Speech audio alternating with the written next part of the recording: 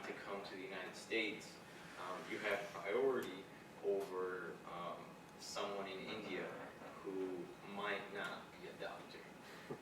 So that's one of the not so great parts of the visa program.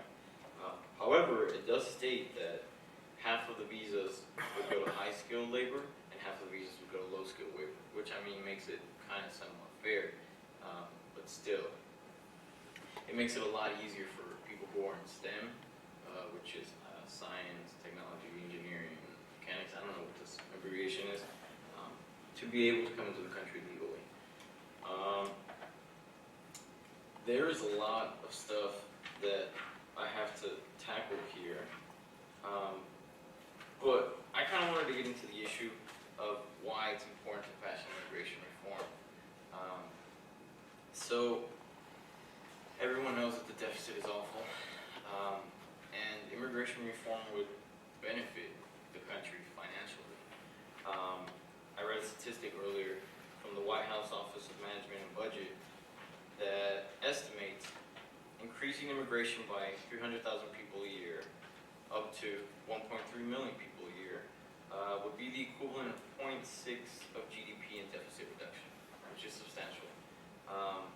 Or summing up to 100 billion each year between 2014 and 2088. So that's a really great way to tackle the deficit, I think, because you're not doing huge cuts on budgets, as we saw in the sequester.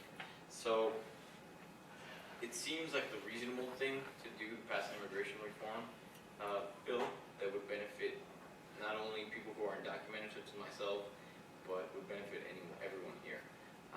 It would benefit the country, and it would be based on the values that America is a country made of immigrants, built by immigrants. So to also add on, I saw another statistic today that 71% of Americans say there should be a way for all undocumented people to stay in the country legally. I don't know if that's a common thing here in Texas, but I believe the Pew Center of Statistics.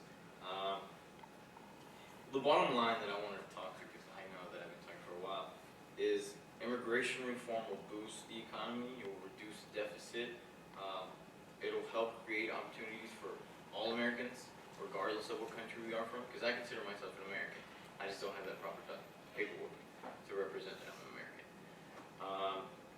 So, I mean, it's the right thing to do.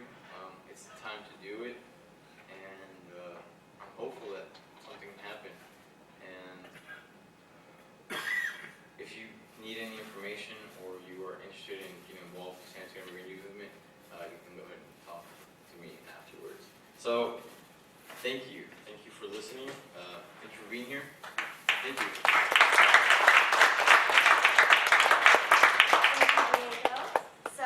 Before we continue, I just wanted to invite any of the other panelists, if they, I'm allowing 2 minutes per panelist to just comment on the last 2 speakers and on the issue of immigration, if anyone wants to come up.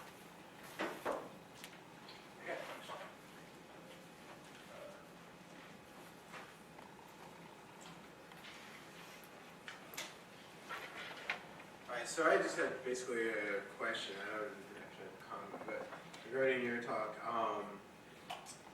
or either one, I suppose, but could you speak to the argument, if you can, regarding like prices of goods and commodities and stuff that people say, you know, oh, if we legalize, or if we have more open borders and so on, commodities will skyrocket in prices. I don't necessarily feel like that's necessarily a bad thing, but I know that a lot of people like their commodities, so if you could talk about that. Well, there's no doubt that under certain circumstances, when you stop using slavery, things can be a little more expensive. So, you know, it costs a little more to pay somebody a living wage and to expect them to not be paid dirt cheap. So there's no doubt in my mind that some things will be more expensive. But again, I think I would like to point out that this is one of the things that I think that is driven by fear and racism. Because because in reality, as I was mentioning in my piece, the real economic forces that are at work are designed in such a way that are overwhelmingly keeping people suppressed, overwhelmingly keeping people down. And those are the real forces that are at work in our economy, not the things that we typically associate with. So like what I said before, when you think of poverty, when you think of population, and those are thrown at us as reasons why people immigrate. But that's not even the main reason why people immigrate. Again, this has a lot to do with the internal economic forces, free trade agreements, globalization. These are the forces that bring people here. So those are the problem. And so I think again, when you throw out these other issues and things, it tends to distract people. It tends to capitalize on their fears, on their anxieties. And so that's the reality of the situation, in my humble opinion. So yes, to answer your question, there's no doubt that certain things may cost a little bit more. But you know what, I would like to say that maybe we'll make a little more because when people are treated with dignity, when they have a foundation to build off of, the economy does well. And so when you don't have that entire group of people being suppressed, it lifts everybody up. So that's again one of the ways that it's designed to keep people down. Or maybe I was just going to show everybody here before you respond. Yeah. This is the ridiculous pathway. It's available online, but it's pretty big, as you can see, and if you can get through the first third of it, well, it's pretty impressive because I got lost anyway. But the point that I wanted to comment on was that we're talking about transnational migrant workers. We're talking about how multinational corporations from America, based in America, go to Mexico or go to other nations in Latin America. They displace their workers, as Daniel mentioned, and they are allowed, I guess, financial corporate citizenship, whereas transnational migrant workers, for all intents and purposes, are Americans, because America is a whole North and South America. It's just, it's hypocritical for corporations to become citizens and not the actual workers that produce everything that they make.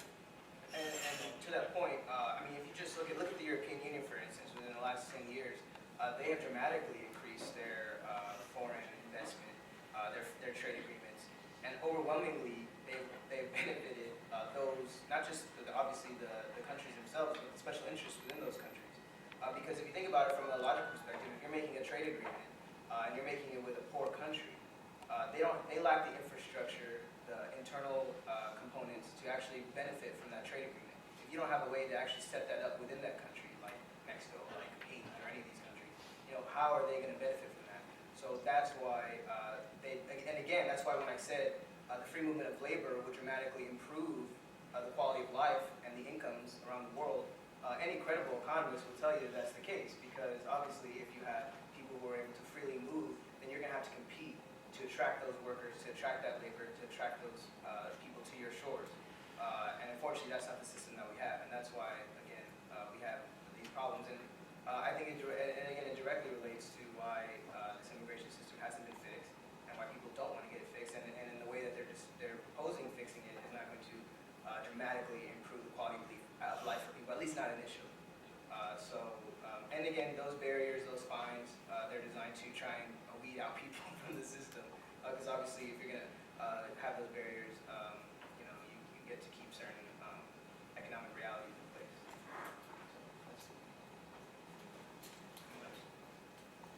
Do we have any other comments or? Questions? We're going to have questions at the end. Yeah, questions at the end.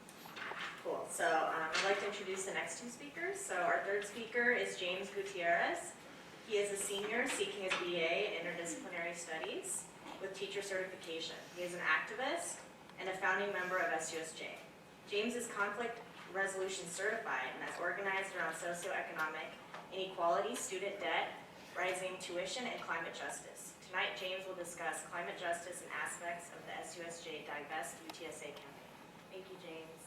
Thank you, Nancy. And thank you, everybody, for coming out. I do know that, yes, it is Thursday. It takes effort to get out here at nighttime. Someone mentioned Fiesta. If you happen to celebrate that, yeah, I know. But once again, thank you. Quick show of hands. Who knows what climate justice is, or the term means? Yeah, I know these guys do. Okay. Well, I want to give you a quick, full-on definition from everything that everyone knows here at Wikipedia. Climate Justice is generally used as a term for viewing climate change as an ethical issue and considering how its causes and effects relate to concepts of justice, particularly social justice and environmental justice. This can mean examining issues such as equality, human rights, and collective rights, historical responsibility in relation to climate change. Now, climate change is something we're all pretty familiar with, right? We do know that the past decade was the hottest decade on record, 2000 to 2010. NASA itself said this. 2012 was one of the hottest years on record. I think we have more 100-degree days than ever. So we all know that the climate has changed, but what is we going to do about it, or what's causing it? You see right up here, we have this nice phrase called environmental racism. Now, Rachel is going to talk a little bit more later on about that. But as we can see, is the key players that are in the cause of climate change are also some of the players that reach far beyond just our energy. They reach into our campus life, they reach into our daily lives. But when climate justice, when we talk about it, it's about holding the energy companies responsible for their actions. They've made a lot of money, but now they have no responsibility or no cause to how they've gotten that money. So what we've tried to do at SUSJ, our main focus has always been student issues, tuition, loans, and debt. But when, as you can see with some of our signs, the Keystone Pipeline came around, or the National Tar Sands Blockade event came around, we decided we had to get involved because climate change, climate justice is just too important to keep putting it off, keep putting it off, keep putting it off. How many know about fracking? I've heard that term. All right. How many know how close it's happening to our very own city? Pretty close. The Eagle Ford, never said it right. The Eagle Ford Shale deposit, right south of us, in the Carrizo Springs area. The Carrizo Springs area is our secondary source of water supply to our city. North of us is the Edwards. Everyone's always heard of that. We're actually right over the recharge zone right now. There's fracking going on north of that. That's our main source of water supply. So just think about it in a few years. Now we all know oil pipelines burst. Big, huge one in Arkansas, I believe, right? Yeah. Big, huge oil bursts. Oil everywhere. Oil can be cleaned up, still devastating. What if something happens to our water supply? What if when we go take a drink, they tell us, oh, by the way, there's a high levels of methane in it. Or when you turn it on in your shower, you get overwhelmed by the methane fumes and you can't even function. Now, I wish I could say that's a myth, but it's happening right now. This is the current. There's a great article in here. It talks about folks right now in Carson City. They're going through these right now because of those wells being set up. You can't catch the issue. I think it's about a last month issue. But it's a great article. It's a great source to talk about what are the issues that are hitting these folks when they can't breathe benzene or about 594 other chemicals that they use in fracking that they don't tell us because it's trade secrets. These companies, they've managed to get the laws changed. In 2005, my vice president, I'm not going to name, tried really, really hard and succeeded in changing our nation's energy policy and some of our laws. We used to have these crazy things like the Clean Water Act, the Clean Air Act. Well, that's just not good for business. And like I said, the certain vice president got together with his friends and they decided to change that and give exemptions to fracking companies. So they don't have to tell us the chemicals they put in those wells that come out. They could burst, they could seep into our water table, our water supply. They don't have to tell us. They are exempt from that. They don't have to tell us about the chemicals being spewed into the air. The people all around there are breathing in. When the air comes from the south, once a year we get that big wind from Mexico and it affects our air last week. Well, when all that air comes and moves, they're bringing all those noxious chemicals already. Most of them we can't even see. We can't see them, so we think, we can't see it doesn't hurt us. But we know if we put a different lens on a camera, we then can see it. And we're breathing this stuff in, and it's changing us, and it's affecting us. Some folks, rates of cancer, skyrocketing. I mean, how can you doubt the actual links between when someone can take their water and literally light it on fire? Can you imagine what it's doing to your insides? I really can. Now, another great thing about this article, though, it does mention that there was this one great organization that got together and said that everything is okay with fracking. There is no environmental concern. Now, what would y'all say about that it's our very own campus? UTSA, in conjunction with Shell and I believe one or two other companies, we're now in partnership with them. And they have used our good name, our research, and said that, let me read it for you directly here. Let's see, the University University of Texas San Antonio's most recent assessment says that in 2011 alone, the boom generated, it talks about revenue.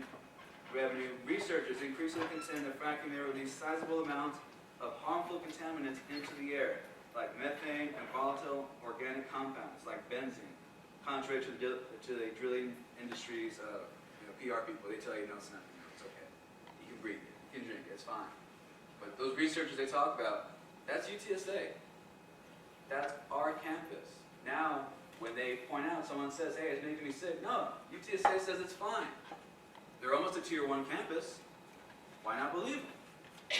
So they simply buy out our loyalty. They make contributions, Valero, a lot of other people, energy companies, and they say it's okay. You know, the studies show it's fine. Well, we know it's not. So we decided that at SUSJ, it was time to start holding some of these companies accountable. So about 4 weeks ago, SUSJ, in conjunction with some of our community friends, Green Society here on campus, we actually got together and on UTSA property, we kind of let Valero know some of our thoughts, as you can see by some of our posters as you walked in. Now, Valero responded by closing down some of their gates and rerouting their traffic so their employees wouldn't see us. I guess they wanted to be inconvenienced and see, you know, some of our signs. They are kind of wordy and they get to the point. But step by step, hold them accountable. It's going to bring you talk about to our divestment campaign. As soon as I'm done speaking, as a matter of fact, I'm going to start a little petition we have already going around. Right now, we have joined nationally with a national group, I believe it's gofossilfree.org, where universities across the nation are getting their border regions to commit to divesting their portfolios from the fossil fuel industry. And what it means by that is also UT has the largest endowment pretty much of all of them. The original UT endowment from our oil lands was about $7 billion. So right off the bat, we need to be asking, where is that money going? Have any of y'all ever heard of the Permanent Oil Fund? Anybody? University fund. University Fund? But it's funded from the Permanent Oil. Our tuition is supposed to be kind of kept in check by the revenue from the oil because of the lands that the UT owns. Well, if that's the case, I don't know about your tuition, but mine's been going up every single year. So I can't figure that. If we're having such a big boom in oil, and all those fracking is bringing all this money, then those funds should be flush. But yet, they're telling us next year, our tuition's going up again. You know, we gotta start asking, where's that money going? Divestment campaign. We're going to formally now address President Romo, send him a letter asking the UT Board of Regents to formally divest UTSA from fossil fuels. We're going to join, as I was saying earlier, with the gofossilfree.org campaign nationwide. But on top of that, we're going to stay on that action, committed to Romo, get as many signatures as we possibly can. As I said, I'm going to start passing that around. If you feel like you want to sign on to it, please sign, no pressure, anything like that. But one thing we have to do is we have to make them aware that we are aware and we know what's happening. And we're not going to be content with them harming our water supply or our air supply. All these issues that we're talking about through immigration and the economy and jobs, those are all pressing issues all the time. But I don't know what is more pressing than our water. And this is just south of us, real close to our water supply. You know, speaking of that divestment, just recently, about 11 cities have now committed, I think San Francisco being the largest one, to divest in their portfolios as well from fossil fuels. I think SUSJ is going to start going in that direction and looking to maybe addressing that to our own city council. Because as long as we keep going on as business as normal, the oil industry and the energy industry is going to keep doing what they're doing, which is making money. So until they get the alternatives, whether it be solar, wind, or whatever kind of hydrocarbons we can develop, we have to make sure that they know we want those options and that we're not going to keep letting them poison our land, kill the very land that we live on, you know, poison the very water we drink and the air we breathe. That they now know that there are citizens around, community around that's going to say no to this. And that they're actually going to stand up and let them know that they do not have free reign anymore. So we're going to divest with that campaign. We're going to get as many signatures as we possibly can. I think we're planning on delivering the letter to President Romo possibly next week or so. We wanted to do it this week, as everyone knows, Earth Week has been abound. So we kind of wanted to get that, but a few more signatures I think would be a little bit more necessary. Kind of finish up a little bit, just want to talk a little bit more just about the fracking nature, about what's really happening. I mean, when you have over 594 chemicals that's been identified so far by private research, because the industry won't tell you.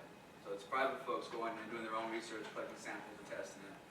But when we don't even know what they're putting in the ground, when it's been made legal for them not to tell us what they're putting in the ground.